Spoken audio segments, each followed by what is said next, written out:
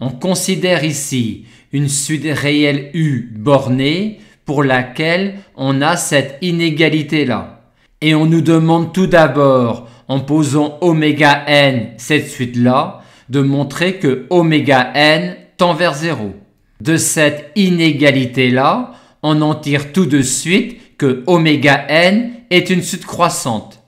Et comme U est une suite bornée, on en déduit qu'il en est de même pour la suite oméga n.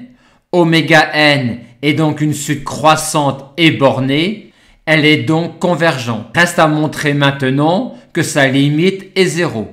Le signe de oméga n étant directement lié à la monotonie de la suite un, on va raisonner par l'absurde. Supposons donc que la limite de oméga n ne soit pas 0. Si elle est strictement positive, on pourra en déduire que oméga n sera strictement positif au moins à partir d'un certain rang et que donc la suite un sera une suite croissante au moins à partir d'un certain rang. Et comme la suite un est bornée, on en déduirait alors que la suite un convergerait vers un réel L1 et que donc un plus 1 moins un convergerait vers L1 moins L1 égale 0, c'est-à-dire que oméga n tendrait vers 0. On a donc montré que si oméga n tend vers un réel strictement positif, alors oméga n tend vers 0. C'est absurde. Par conséquent, oméga n ne peut pas converger vers un réel strictement positif.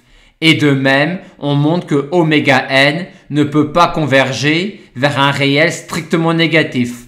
On en conclut donc que la limite de oméga n est bien 0.